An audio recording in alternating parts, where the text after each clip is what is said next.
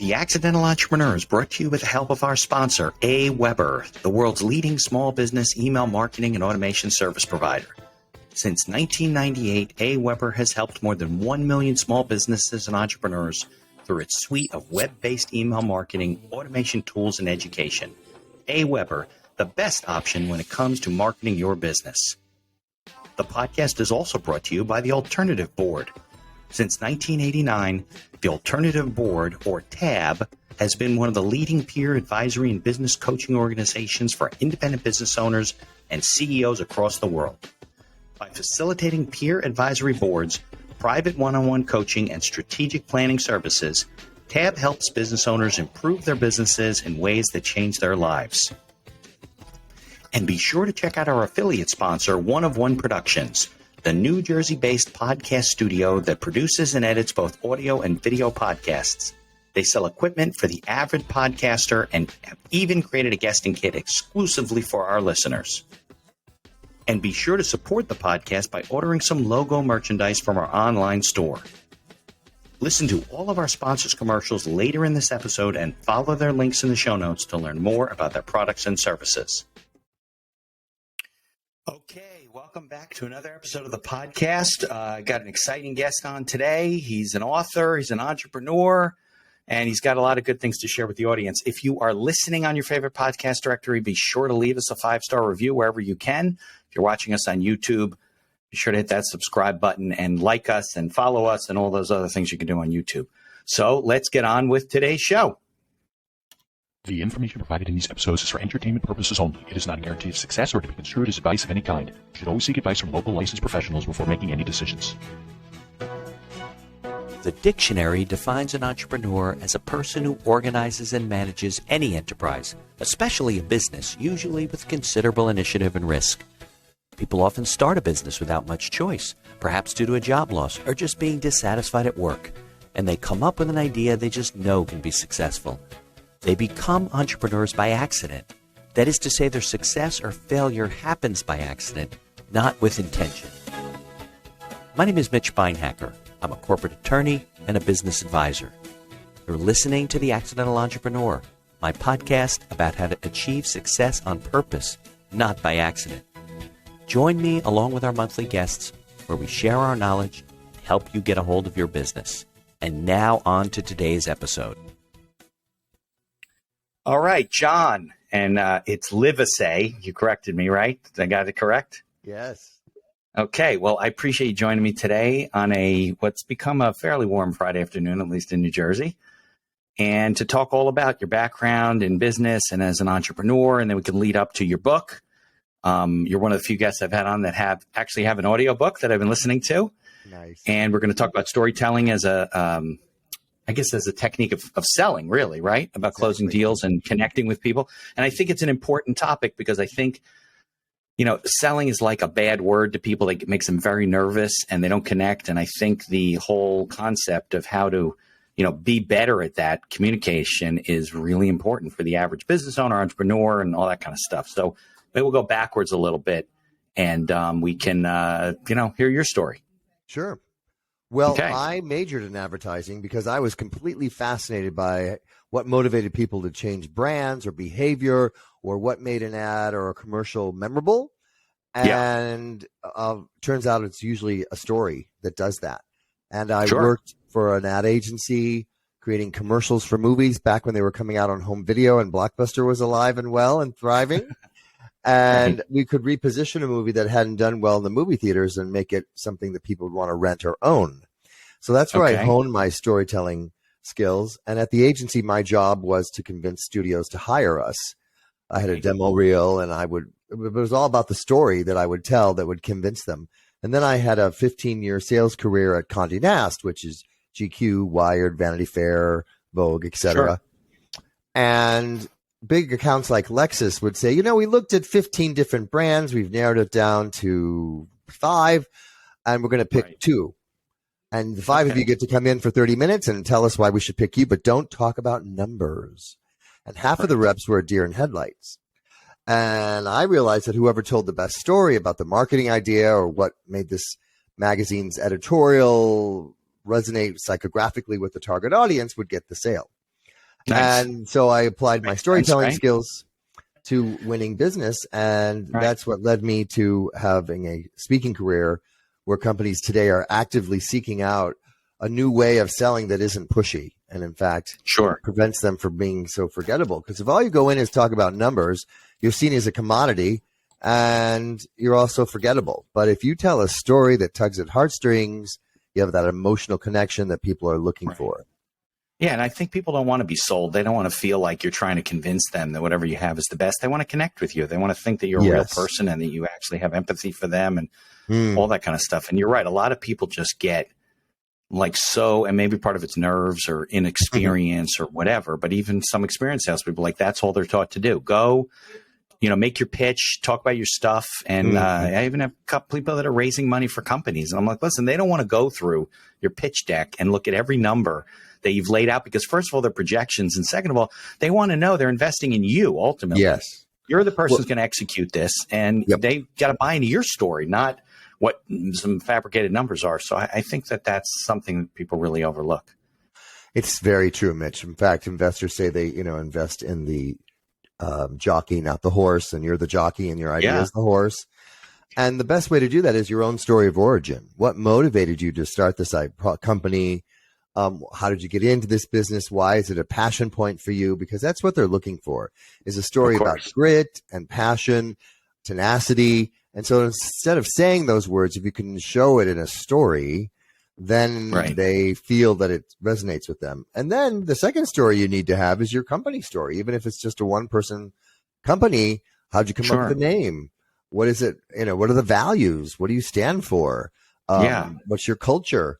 And then finally, I have this technique where I turn a boring case study, which has been around for decades, into a case story. And it's much more memorable and pulls people into it.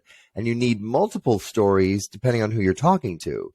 So if you think of your brain like a playlist or a jukebox, instead of a different song coming out, you need to have a different story. The story you tell an investor is very different than the story you tell a CEO of a potential client. Of course. And a lot of people make that mistake when they pitch an investor. They just give them the same pitch they do a client. An investor has different criteria. Right. So what was your journey? I mean, is it mostly in sales? Have you owned your own businesses before? And how did it develop? You obviously didn't write a book and start talking about being a storyteller from the get-go. This took years and years and years. So yes. Yeah. Well, my first entrepreneurial experience was as a young lad in the suburbs of Chicago, having a paper route back when people read newspapers. Right. And I would have to go Some people don't even know what a newspaper is. Yeah. And I would have to go knock on doors to convince them to subscribe. And then I would be the one getting up at dawn to go deliver them. And then I have to go around at the end of the month and collect the money. So it was a full, experience of this is what it's like to have your own business. Really selling. Yeah, you wear a lot of hats. Right. And, but I did have a corporate career, as I mentioned, at Conde Nast. And during that time, I wrote my first book. And the magazine was so supportive and launched book parties for me. And I ended up speaking to our advertisers' sales teams, whether it was a car company or a fashion company. And that's what launched my speaking career. And so for the last 10 years, I've been... From the book to speaking. What was that book about? It was called The 7 Most Powerful Selling Secrets. It was all about how to not take rejection personally and taking concepts of staying in the moment, not getting attached to outcomes. And so it's always been about sales and figuring out how to connect with people in a new way. Right. Yeah, because the old ways don't work. The old techniques, people see right through you. Right. You gotta be honest and, and transparent and authentic. Yes. And vulnerable even. Mm-hmm. Right. They don't believe empathy you. Thing. Let's double down on that. I have a whole phrase about, for people who want to take notes, soft skills make you strong. Okay. And our brain goes, wait a minute, how can something soft make me strong? That alone causes you to lean in a little bit. So I define soft skills as listening, empathy, and storytelling. When you start focusing as much time developing those 3 skills as you do your hard skills, whether you're an architect or a lawyer or tech person, then you will be successful as an entrepreneur. Right. Because we connect with people emotionally, right? I mean, so if we don't feel that emotional connection, we go with our gut. Maybe we shouldn't a lot of times, but we do.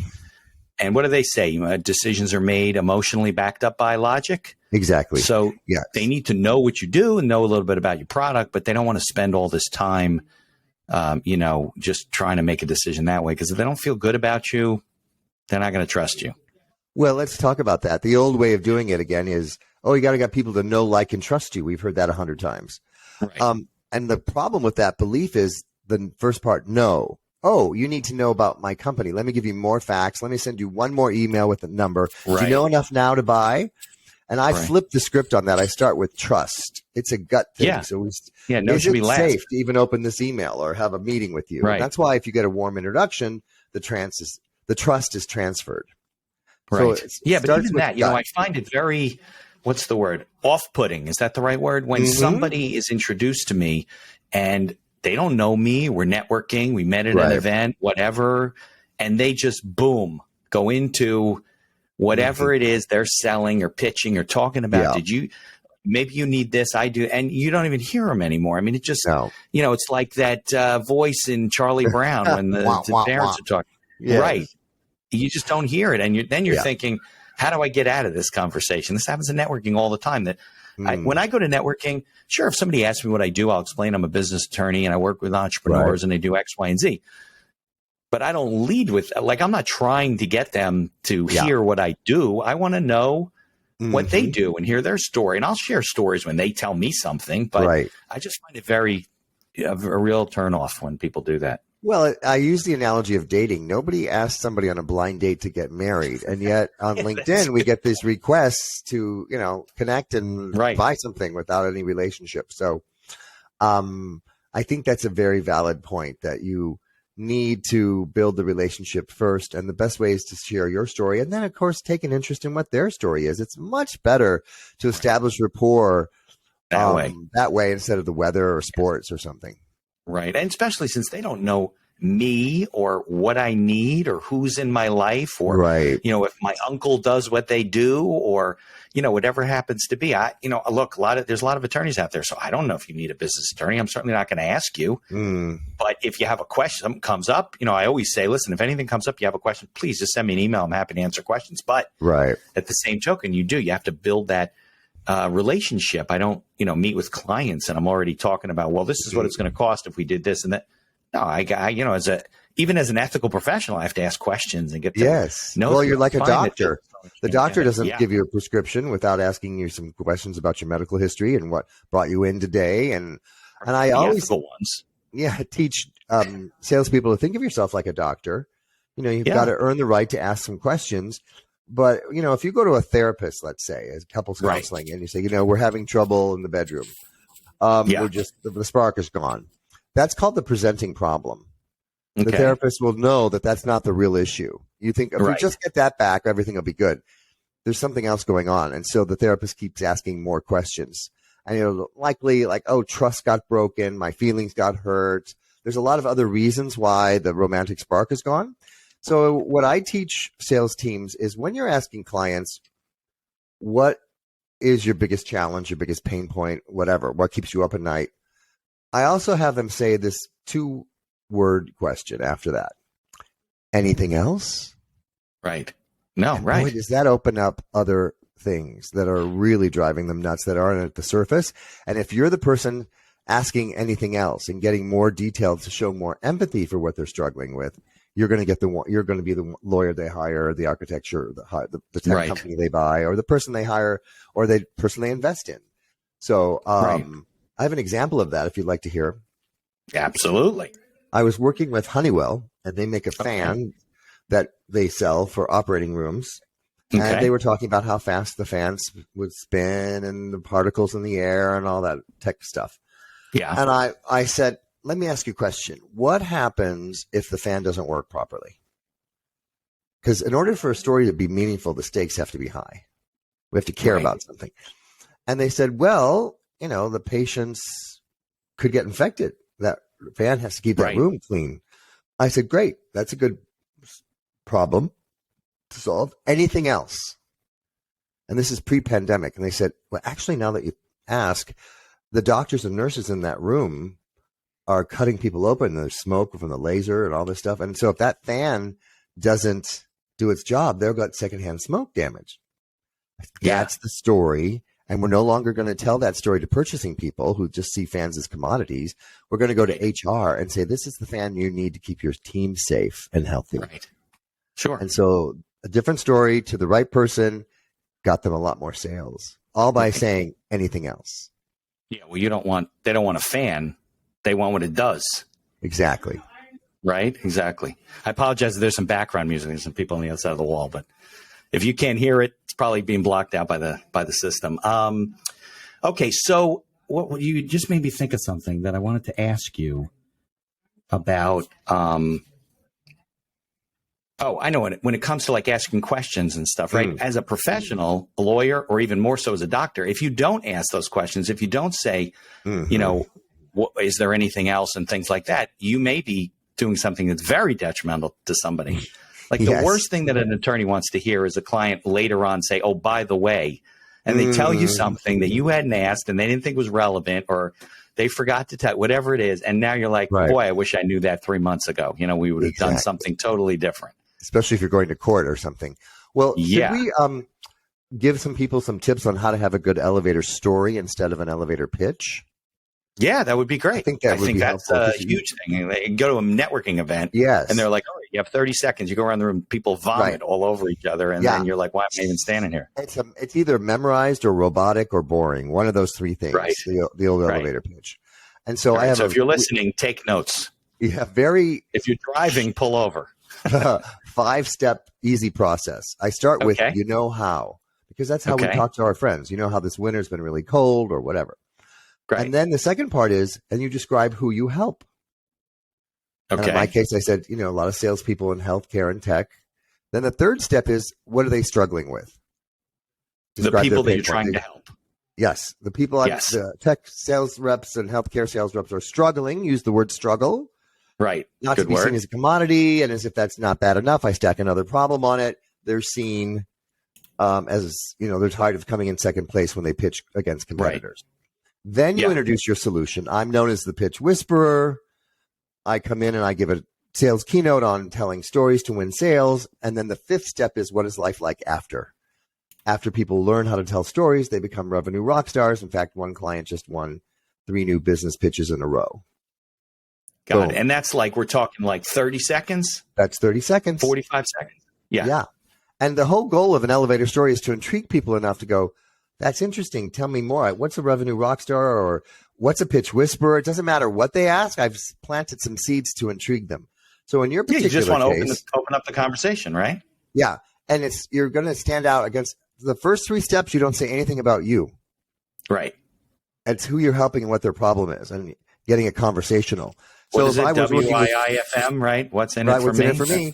Right. So if I was, instead of you saying I'm a business attorney, right, you would say, how there are so many entrepreneurs out there struggling who have this, right, with whatever, to get their business set up legally, or getting whatever the problems are that they struggle with, sued, or their LLC isn't set up properly and it bites them in the butt when they try to sell the company, or whatever it is, right? Sure. Right. So I come in as an expert that specializes in startups as a business attorney, and after working with me, these entrepreneurs have peace of mind, knowing that everything's set up not just for the present, but for the long-term future of the company. That's excellent. So I'm going to put those 5 steps in the show notes so people can know. You know what? It's kind of like it's a better twist on. Have you heard of feel, felt, found as a sales selling technique? Big right. Time. It's like a better objections. Yeah. Right. It's like a better approach to that, because it really sets you up. And I think you're right. People need a structure because, we're going to go around the room and introduce ourselves, and everybody's all over the board. That you don't have them, you can't remember them. One of them goes too long, and then you can't remember everybody else. Yep. But if they follow that formula, life would be a lot simpler for everybody. It's all about telling a story that people see themselves in. So they be like, well, I don't have my own business, but my neighbor does, my friend does. And so they've told me what they're worried about. And so they identify with the person in your story, and you're like Yoda or a Sherpa helping people climb Mount Everest, which could be a great analogy for, trying to set up a business. Absolutely. Mount Everest. Right, you can do it by yourself and get lost and frustrated, or you can work with me, and I've helped thousands of Yeah. Right. Entrepreneurs, just like you, get up the mountain much faster without all the headaches. It's funny. You talk about storytelling. I once saw I guess it was a motivational speech at a sales conference from a guy, and the name of the speech was called "The Right Mountain," and it was a story. It was obviously an analogy to his experience with his son. It was a story about his son and him, how they climbed. They climbed Mount Everest. He's not a regular climber, but they wanted to do this. It was something that they wanted to do, and he said they went to see this guy who runs these programs, and the first thing this guy says is to disarm them is, okay, let's start with a conversation. There are 3 ways you can die on Mount Everest. That was like the first thing the guy said. And it was all about, the right mountain and being on the right mountain at a particular day. Some days at work, you're just on the wrong mountain, and you got to get off the mountain and you got to go home and start over tomorrow. And that's fine too, right? Just life's just beating the crap out of you. And I remember that whole analogy because it's shocking. I guess when you shock somebody, they remember things more clearly. But I love that. So people listening, I'm huge on networking, but I'm also like very impatient when I come to standing around in a room watching 50 people tell me all about what they do. So listen to John, take the 5-step formula and create a very good pitch, or not pitch, description of what you do. Elevator story. I like that. Because that would work in an elevator, right? I mean, yeah, it's the same amount of time. Yeah. Exactly. Okay. So why don't we do this? I usually take a commercial break at 20 to 30 minutes, and we're at about 22 minutes. So let me play the commercials, and when we come back, we'll talk about some more advice for entrepreneurs, people getting started, and the kind of objections they deal with. Does that make sense? Sounds great. Okay. We'll be back soon. Here's a word from our sponsors. Looking to market and grow your business? Or perhaps you're just getting started and want to hit the ground running? AWeber is the best choice for online email marketing and automation of your business. From maintaining a subscriber list to drip campaigns and landing pages, AWeber gives you tools and integrations that make marketing easy and fun. As our partner and sponsor, we use all their tools to promote the podcast and market our law firm. AWeber, the best alternative for online marketing. For over 30 years, the Alternative Board, or TAB, has built a thriving community of forward-thinking CEOs and business owners who want to radically improve their companies. Through unique combinations of one-on-one business coaching, participation in monthly TAB board meetings with other non-competing owners, a suite of strategic tools, and customized strategic planning workshops, TAB membership can deliver greater strength to your business and a better work-life balance for you and your family. All packaged in a streamlined and affordable service that the people at TAB invite you to try risk-free. Maybe you're looking to get into podcasting, or you just want to market your business. Maybe you want to do it for enjoyment, or because you have a message you want to get out there. One of One Productions is a New Jersey-based studio just over the George Washington Bridge that caters to the booming business of podcasting. They offer a comfortable atmosphere using the latest technology available to record your podcast. And they are a full-service media company offering both audio and video production services, creating both audio and video podcasts, as well as video shorts for business and personal use. Professional audio equipment packages are available through their website for all budgets. And be sure to check out their podcast guesting kit, created especially for our listeners.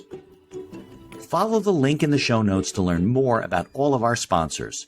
And now back to our show. So, John, we were saying and talking about the 5-step elevator story. Is that what it was? Elevator story. And don't use the word pitch. Nobody likes pitch. We want to stay away from that. And how to be more memorable and effective about, when you present yourself to people. But maybe we can get into, because I'm listening to your book, but we want to get people enticed to listen to your book or to buy your book or to read your book. People still read these days. And, maybe you want to give me some tidbits from the book. Sure. Well, The Sale is in the Tail is a business fable set here in Austin, where I live. And it's a story about a sales rep struggling who's stuck in a slump and doesn't know how to get out of it. And the old way of pushing out facts and figures and memorizing everything is just not doing it anymore. And he meets someone who she helps him learn how to tell stories. And it helps him not only go from possibly being fired to getting promoted, and then actually helps him in his personal life. And at the end of the book is a methodology on exactly how to tell all the different kinds of stories, whether it's an elevator story, your own story of origin, or a case story. Yeah. Yeah. I told you that when we talked the first time. I'm a big fan of books that are written like that. The Ken Blanchard series books. And yes, one of my favorite books is A Referral of a Lifetime, which is a story. And you turned me on to Getting Naked, which is another fable story. Because the other ones are just boring. I can't read people telling me technically what I should be doing. That's not life. It just doesn't resonate, So a story about storytelling, a good fable, I have people emailing me going, oh, I thought Ben and so-and-so were going to get together. And I'm like, it wasn't that kind of book.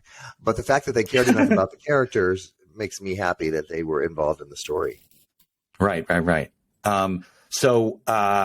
I like that you did the audio version and you read it yourself. I did. Yes. So that takes a lot of commitment to do, because you don't do it in one sitting, right? It must be hours. It was about 3 different sessions, each one about 2 hours. And then there was another session where they call it a pickup, where you go in and restate clean something things mispronounced or whatever. Yeah. It must be exhausting, though, to read for 2 hours.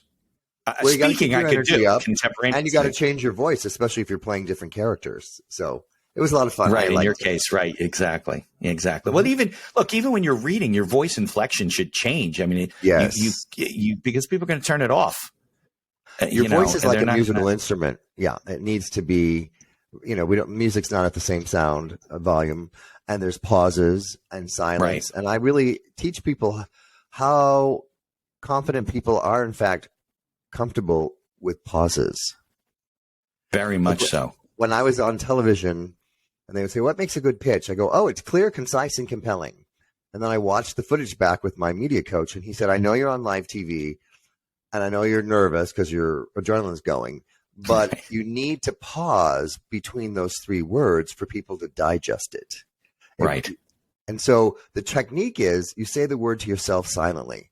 So a good pitch is clear, concise, and compelling. So it sounds like this. A good pitch is clear, concise, and compelling. Yeah. No, I knew very early on when I started public speaking, and even with what I do here, you really have to slow down your audience. It's, what it's equivalent to? It's like when you get your first video camera, right? And you're videoing your trip and you're just taking clips of things, and then you get back and you watch it and you can't even watch it. You have to video things, and because your mind is so fast, you have to video things slowly and do like a 8, 10 minutes, 5 minutes, whatever. You can't just like turn it on for 30 seconds. It's going to be a blip. Right. And I think that's people don't realize, but a lot of it has to do with nerves and practice and getting comfortable within your own skin, and not don't listen to I think people do that. They listen to themselves and they're like, oh my God, I sound terrible. What am I saying? And they don't realize what they're saying or what their mannerisms are, or, they're rubbing their head, they're picking their ear. I don't know what it is. It's whatever goes on. I remember one of my kids had a play. They were little. It was like preschool or something. And one of the girls was the star of the play. And I think during the show, like one of the shows, something was bothering her or whatever, and she like had her dress up. She had those little shorts on, and she was like scratching her nose like the whole play. Because you don't even think about this stuff, the kids. And I don't even think she was nervous. I think she just did it subconsciously, didn't realize what she was doing, because when you're little, you're not really nervous about, you don't really know. No. Enough. It's only when we get older that we start worrying about whether people like us or not. And of course, that's the kiss of death. You can't be there trying to impress people. You have to be there of service, whether you're a keynote speaker like I am or you're a salesperson. Right. It's all about, I'm not trying to impress you. I'm trying to be of service. Yeah. I mean, if you think you're trying to impress somebody, it just puts more pressure on you, and you're just going to appear nervous. And then you make other people, it's not even like you getting nervous that you don't realize you're making other people nervous, because they're thinking, oh my God, I'm glad I'm not up there. I feel so bad for him. And they don't hear anything that you're saying. Yeah. It's going back to the dating analogy, right? If you're trying to impress somebody, you're trying too hard. Just relax, be yourself. And just be yourself, if because fit, you know what? If it's not, it's not. Yeah. And you're not going to keep that up for the rest of your life anyway. So you might as well just be who you are. Right. I remember I had a friend of mine, later got married. I think they're still together. But I think when I met him, I said, how long have you been dating such and such? Oh, like about 8 or 9 years. I'm like, 8. And, we're in our 20s, late 20s. 8 or 9 years. Are you going to get married? Yeah, someday. I just want to be sure that, we're I was like, listen, if she's putting on a show for you for 9 years, she's going to do it for the rest of your life. So, like make a decision already. And eventually they got married. So the story in the book, right? The fable, give us a little flavor of what the story is. And is it from personal like experience, like things that you went through and you extrapolated that into a story? It's fictionalized from a lot of my own experiences of having a bad boss, for example. Okay. It's like dramatic nonfiction. Exactly. Yes.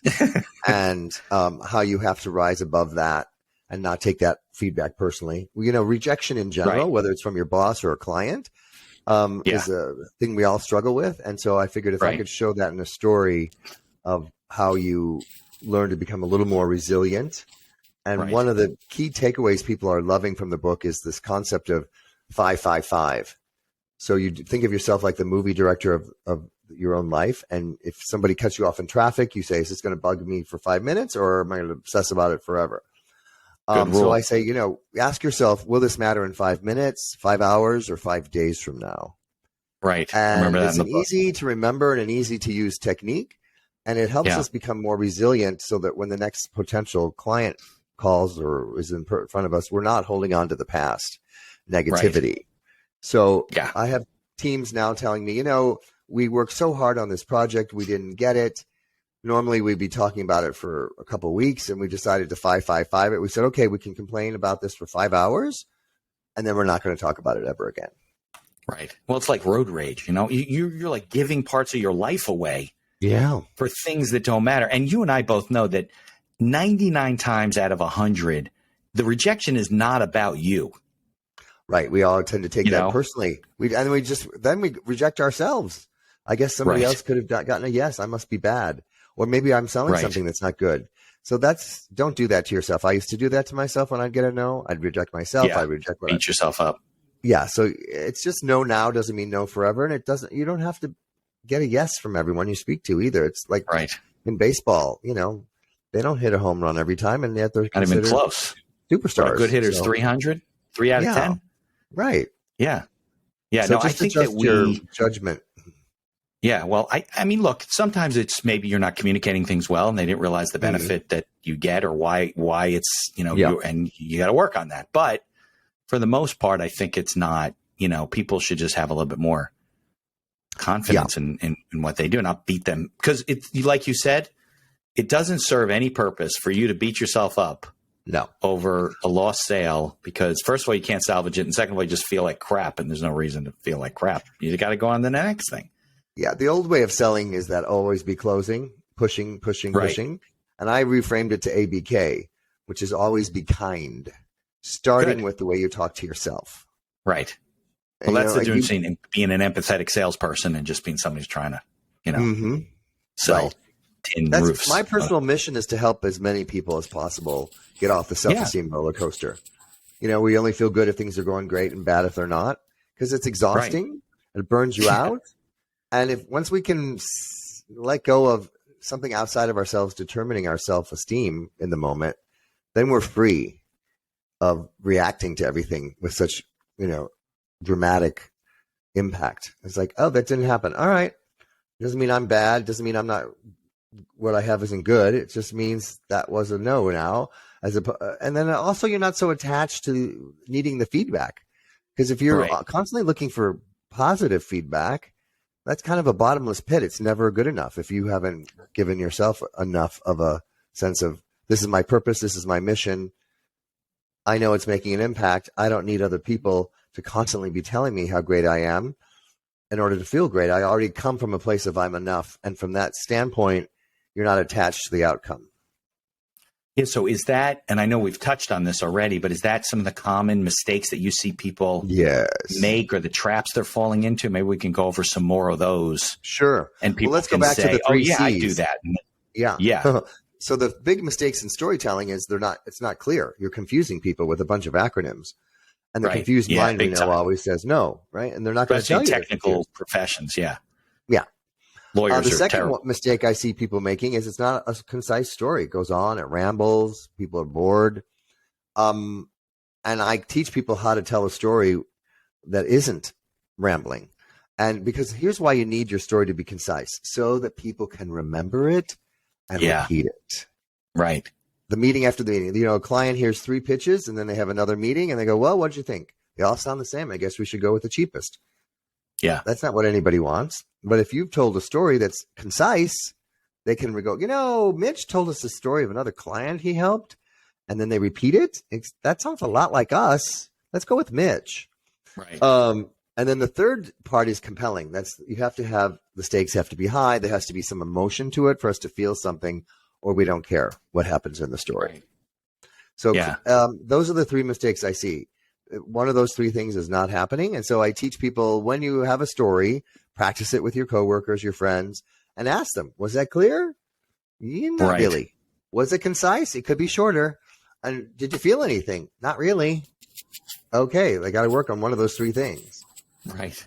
I did that once with my elevator pitch, when I was younger, and I would use too many technical terms that I thought were simplified. But and I asked a friend of mine who doesn't practice law, and I said, well, what do you think I do, and what do you think of that? And they said, well, I know what you do, but I have no idea what you just said. Wow. And I learned I'm probably still certain a little too technical to certain things I don't know how to simplify. Yep. But I remember a story. Now that we're doing storytelling today, it reminds me of things. My father, who I miss very much, passed away in December. He was in the life insurance business since 1965. And I went to all of these fantastic, sales conference, $1 million round table, top of the table, the ones in Washington and everything. And I remember a guy, life insurance salesman, maybe he was a lawyer too. And he was explaining how he tells clients what estate planning is, right? And why you need, in this case, life insurance or money, let's say, to pay your estate taxes. And he reaches into his lapel pocket and he takes out a lollipop, a Tootsie Pop. And he said to the group, now, does anybody know what this is and why it's different than a lollipop? And somebody said, yeah, well, that's a Tootsie Pop. And somebody says, well, what's the difference? Or he said, well, what's the difference? Somebody said, well, it's got the soft center. So he drew on the board this lollipop and he said, your estate is the hard outer shell with your assets. Right. Yeah. Those are your boat, your car, your house, all these things. And when you die, and this was a time when estate taxes were, 50%. Now we have a threshold that's much higher, but it's still 50%. The IRS, right, comes and lops off the top of the lollipop and takes half of the lollipop, and everybody's shaking their head. He goes, no, that is not what happens. What they do is they suck out the Tootsie Pop, the soft center. They don't want your car and your boat and your hard assets. They want your cash, and it's your cash that supports the whole estate.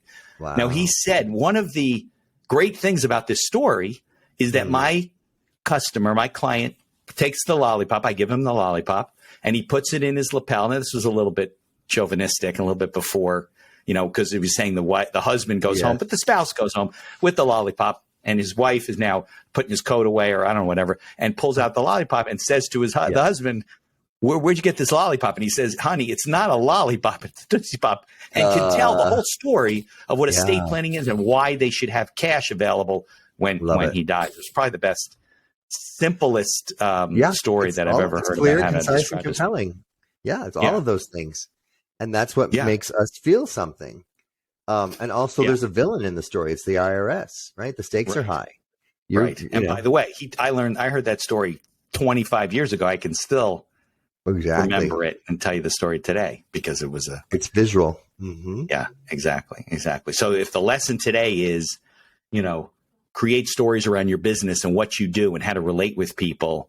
Right. And it doesn't always have to be about your business, right? It could just be stories about what you have experienced in life that you want to share with somebody. Sure. And, you'll get a lot farther and be much more memorable because isn't the end of the day, that's just what we're all trying to be, right? That's what we're trying to be. Yes. And, we process stories in a different part of our brain than we do numbers. I'm not surprised. Right brain, left brain, right? Right. You can remember the lyrics to a song. Yeah. But you probably can't remember the first 5 pages of a book word for word. Right. You wouldn't remember the lyrics if they were just written down on a piece of paper with no music. Right, exactly. And the same thing with the story. You're going on a journey. Yeah, absolutely. Well, I can't tell you enough how much I appreciate you coming on and sharing, the whole concept, because, one of my pet peeves is, I have a lot of pet peeves with business owners. They don't write business plans, they don't put things in writing, all this kind of stuff, but their inability to sell what it is, whatever it is they're offering, or their unwillingness to even recognize that that's what they do, because we all sell, right? Right. Is frustrating. And when you have somebody who says, hey, here's a different twist on it, here's something that'll make you more comfortable. At the end of the day, it's not that you don't sell, it's that you have to figure out how to be comfortable with what it is that you're telling people about that you want to charge them for, right? And you never want to say that. And that's what I think is really special about what it is you're doing and saying and the message that you're putting out there. So the book, right, is available on, it's right behind you, isn't it? Yeah. The Sale is in the Tail. Amazon, right? Yes, Amazon or anywhere you buy Audible. Books, Audible. Yep. Right. And what's a good way for people to connect with you, learn from you? Yeah. Is there a website? We'll put links in the show notes. My website is my name, johnlivesay.com. Okay. If you take out your phone and text the word pitch, Pitch, to 66866, you get the first chapter for free. And 66866. Yeah, okay, I'll put that in the show notes too. And the word pitch, Pitch. And that's a fun way to get the first chapter, to see if you want to find out what happens next. And if you can't remember any of that, just go to Google the Pitch Whisperer, and all my content shows up that way. Excellent. Well, I think I hear a podcast miniseries in that book. I think you should create like a podcast that people can digest parts of the book. Oh, nice. Or maybe an expansion of the book, right? The next edition should be a podcast. I think that's a great way to. That's a great idea. Thank you. To promote it. And So are you on LinkedIn also? Yes, I'm on LinkedIn as well, and Instagram at the Pitch Whisperer, and LinkedIn has video clips of me speaking. So if anybody's interested in having me come at a sales kickoff meeting as a speaker, you can see some of the stories and some of the demos and the audience reactions and responsiveness and how it impacts people's culture. Okay, very good. Well, I can't thank you enough. Let's roll the closing credits, and let's stay in touch. And I want to keep hearing stories. So thanks so much, John. Thanks, Mitch. Thank you for listening to this episode of The Accidental Entrepreneur. Opening and closing music written and performed by Howie Moskovich and made to order music. For information about Howie and his music services, please follow the link in our show notes. If you like the podcast, please tell others about us. You can find us on Apple Podcasts, on Amazon Music, Spotify, Google Podcasts, and most of the other podcast directories. If you like what you hear, please leave us a 5-star review and feel free to share our episodes on social media. If you have any questions or comments, ideas for the show, or you'd even like to appear as a guest, reach out to us by email at info@beinhackerlaw.com. The Accidental Entrepreneur is hosted by Mitch Beinhacker and produced by Beinhacker Law. If you'd like to learn more about our business and legal services, you can find us on social media or visit our website at beinhackerlaw.com. Thanks for listening, and be sure to subscribe to our feed to be notified of all future episodes.